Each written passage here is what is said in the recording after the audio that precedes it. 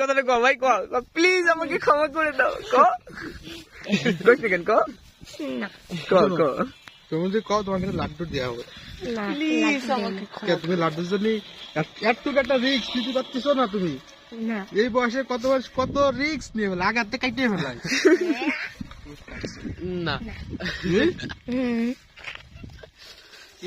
তুমি বলো প্লিজ আমাকে ক্ষমা করে দাও, আমাকে ক্ষমা করে দাও, তুই কই দে প্লিজ আমাকে ক্ষমা করে দাও। শেভ করছিল কবে লাস্ট সন্ধি? করি নাই তুই সেলুন জয়নগর সেলুন তো শেভ করছিলি আমার মনে আছে। হুম কয়টা দিছিলি? 50টা? না তাই একটা তাহলে না এমনি ফ্রি করে দিছিল? ফ্রি করে দিছে?